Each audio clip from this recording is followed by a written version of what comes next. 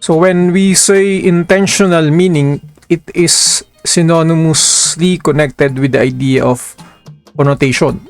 Same thing with extension. Letter D, andun yung letter E. So letter D pertains to your idea of denotation, and then yung letter E, this is just a technique for you to easily remember what's the meaning of denotation. Yung letter E doon stands for extensional meaning. Okay, technique lang to para madali nating maalala. So when we say extensional meaning, this is synonymously connected with denotation. So ang denotation, nandun yung PS. Physical extension can easily be perceived using our senses. So it's stated here, denotes or extensional meaning is the very object that falls under the specific attributes of the intentional meaning. So when we say intentional meaning, you try to create the essence of the object by specifying the attributes of that object. For example, nandung may na-experience ka na object na ganito, and then the very moment that you try to specify the attributes of this object, that's your intentional meaning. Alright? So, pag yung object ngayon ay na-specify that falls under that specific attributes mentioned by the intentional meaning, it becomes your denotation. So, nagbigay na tayo ng mga iba't ibang attributes, qualities, dun sa object na yun. That's your intentional meaning. Now, ang next na question dyan, anong itatawag natin dito sa object na to after providing the attributes? Yung tinawag mo sa object na yun, that's your extensional meaning. So, extensional meaning is your physical extension of your intentional meaning. That's denotation. That's your extensional meaning. Okay? Bigyan natin ng example. Now, in this case, tingnan natin muna yung extension. So, ang extension natin is the cardinals. So, if you are not a Catholic, this is a Catholic term. So, try to Google what's the meaning of a cardinal. A cardinal is a much higher ranking priest officer than your regular priest. So, cardinal tayo. Cardinal is the extension or the denotation of your connotation. Ito yung physically perceived ng senses natin. Okay, ito yung nire-representan ng connotation natin. Ang connotation natin, bigyan natin ng attributes or qualities yung extension natin. Ito yung connotation natin. Ito yung intentional meaning. Ito yung binigyan natin ng specific qualities for our denotation. So how do we understand a cardinal? How do we further give attributes to a cardinal? Paano natin bibigyan ng meaning yung cardinal? By providing your intentional meaning. This is your connotation. So as mentioned by your intention, a cardinal is a high church official. It ranks just below the Pope. Ang Pope kasi we only have one Pope. A lower rank official, church official of the Pope is your cardinal, and is appointed by the Pope to membership in the College of Cardinals. So all the members of the College of Cardinals is your extension. Alright? That's for your intentional and then extensional meaning. So para mas madali nating matandaan again, you have your denotation. Tapos, yung denotation, ano ba yung denotation? Kunin lang natin yung letter E doon. Letter E stands for your extension. Okay, so PS ang letter D. Ano yung PS? Physical extension of your connotation, and then sensible ideas can easily be perceived using your senses. And kung sensible ideas yan, these are your primary qualities din. So, nandun pa rin yung letter P. Next slide tayo. So, let's proceed with the idea of the definition. Definition tayo. Intentional. Now, again, the reason why we are discussing intentional meaning and then extensional meaning kasi we are going to check if they are inversely proportional. Kasi dito natin makikita yung yung idea of inducing and then deducing. Application na to ng deductive idea at saka inductive idea. So we have an object. Okay, object natin dito is nandyan na sa, for instance, this object, may mga qualities na present dito sa object na to. yung qualities sa presence sa object na to, once na mag-create ng ideas yung mind natin, it becomes a connotation, a concept. Concept, connotation, itong nire-representa ng connotation natin is the denotation. Okay, we create attributes and qualities. Secondary qualities, ibig sabihin nito, this is your secondary qualities, this secondary qualities, this pertains to your essential ideas. Secondary qualities, this pertains to your relative idea, subjective.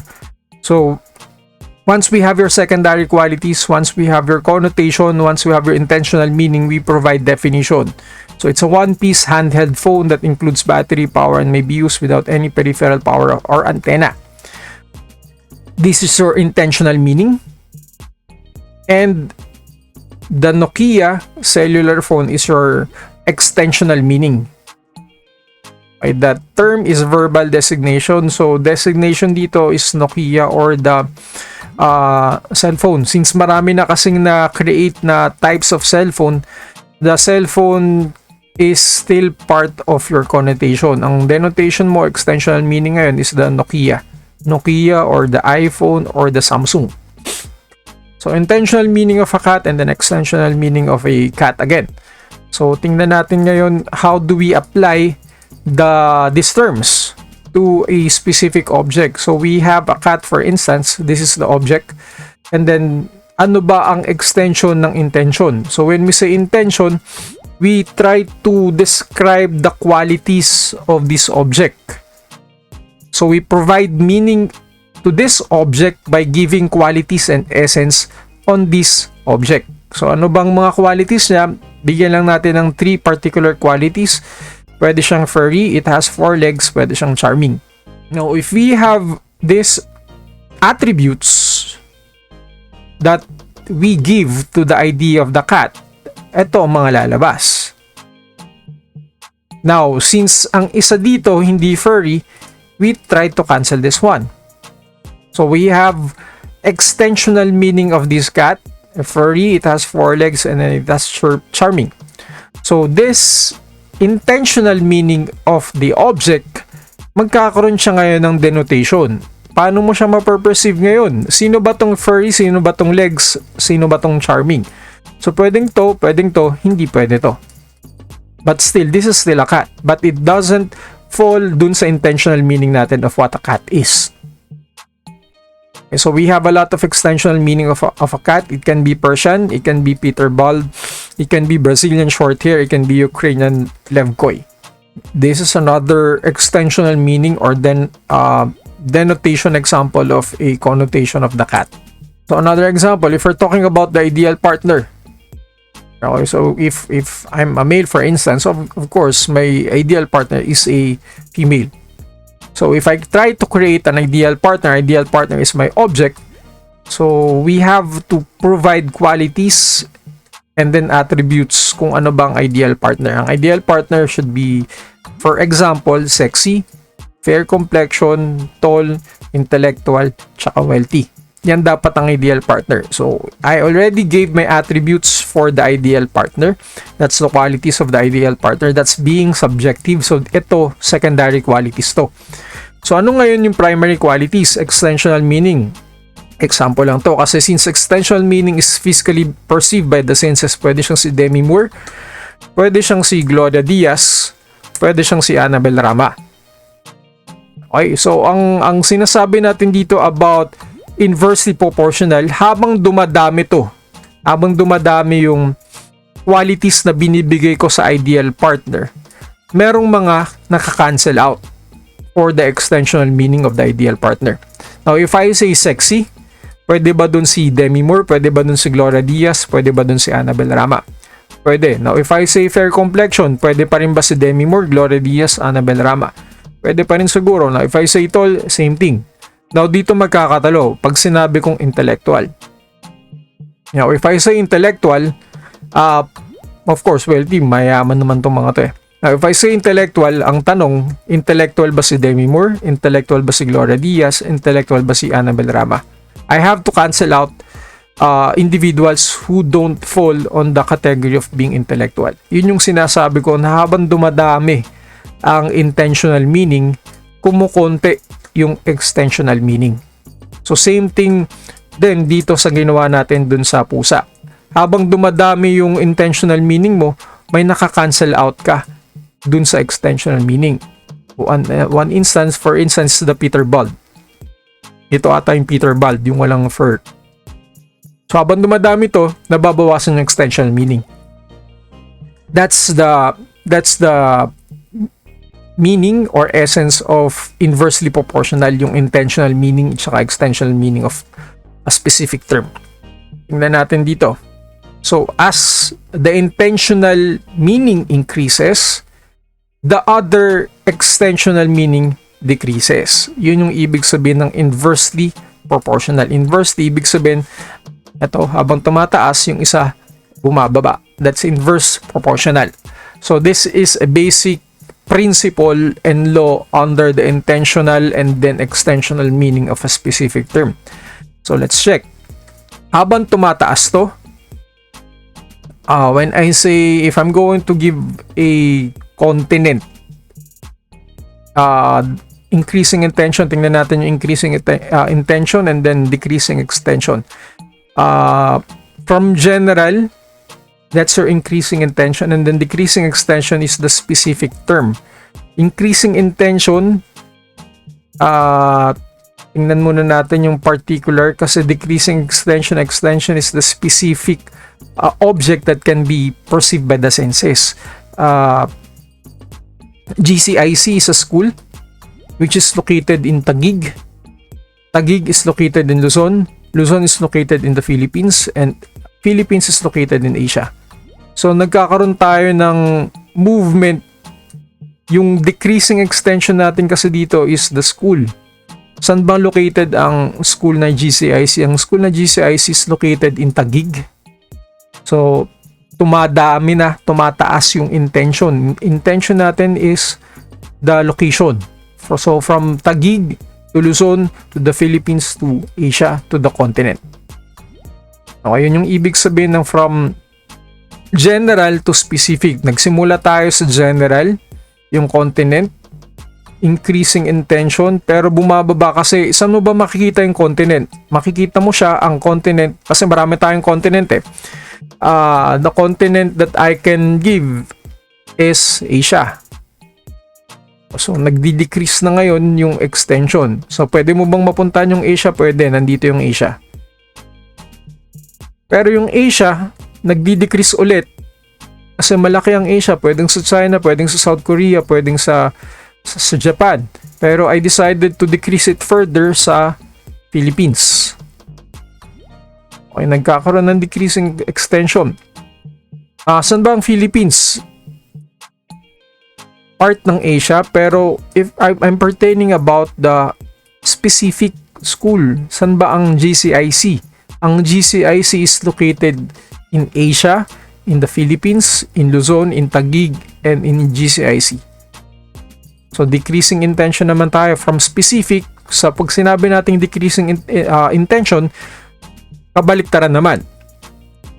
Gawin nating binild, particular, binaliktad lang na nitong una. So from specific to general, saan makikita ang binild? Ang binild makikita sa Antipolo, sa Luzon, sa Philippines, sa Asia, and then continent. Kabaliktaran nung nauna natin ginawa. Sige. The connotation and then denotation of a term are inversely proportional. Yun yung sinasabi nating increasing and then decreasing extension. As the connotation increases, its denotation decreases. Vice versa. So ibig sabihin, as the denotation increases, its connotation decreases. Ayun yung ibig sabihin. Intentional example. Let's try to provide another example. So as the intentional meaning, ito yung connotation. As the intentional meaning increases, yun yung connotation. Anong mangyayari ngayon sa denotation? Denotation or the extensional meaning decreases. So vice versa, as the extensional meaning increases, this is your denotation, intentional meaning niya ngayon nag-decrease. Intentional meaning decreases, that's your connotation. So bigyan natin ng example.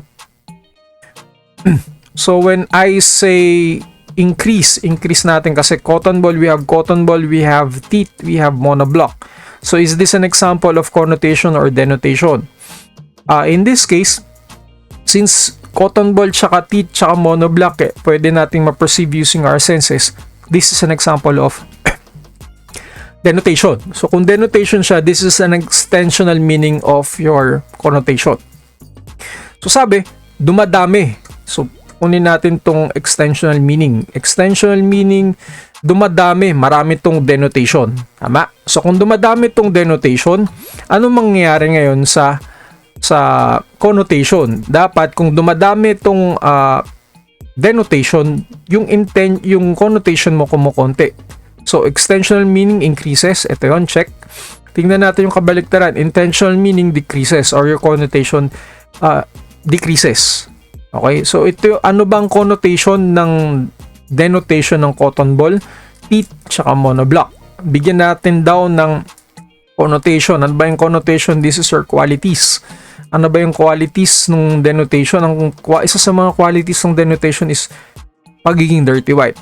Okay, check natin. Ang cotton ball ba pwede maging dirty white? Pwede. Ang teeth ba pwede maging dirty white? Pwede. Ang monoblock ba pwede maging dirty white? Pwede. So ibig sabihin, habang kumukonti yung connotation mo, yung qualities mo, dumadami yung mga extensional examples na pwedeng pumasok dito sa connotation mo. Okay, baliktarin naman natin. Paano kung dumadami naman tong intentional meaning? Paano? Ito yun. As your intentional meaning increases, your denotation decreases or your extensional meaning decreases. So let's check. Dirty white, small. So dumadami tayo small. Pwede ba ang small na quality, pwede ba sa monoblock? Pwede ba sa teeth? So ang monoblock compared sa teeth saka cotton ball mas malaki. Ang monoblock ika-cancel out na natin to. So ibig sabihin habang dumadami tong connotation, nababawasan ngayon yung denotation. So dirty, white, what else? Soft. So pwede ba ang soft sa teeth? Hindi. So nababawasan, nadidecrease on denotation. So as the connotation increases, your denotation decreases. As your intentional meaning increases, your extensional meaning decreases. Ito yung ibig sabihin niya, absorbent. Absorbent ba yung teeth? Hindi. Absorbent ba yung monoblock? Hindi. Soft ba yung teeth? Soft ba yung monoblock? Hindi. Small ba yung teeth? Pwede. Small ba yung monoblock? Hindi. So ang natitira, dirty white, small, soft, absorbent, ang natitira is our cotton ball. The cotton ball is the denotation of this connotation. The cotton ball is the denotation of this intentional meaning. The cotton ball which is an extensional meaning of this intentional meaning, yun yung ibig sabihin ng inverse proportional. Alright?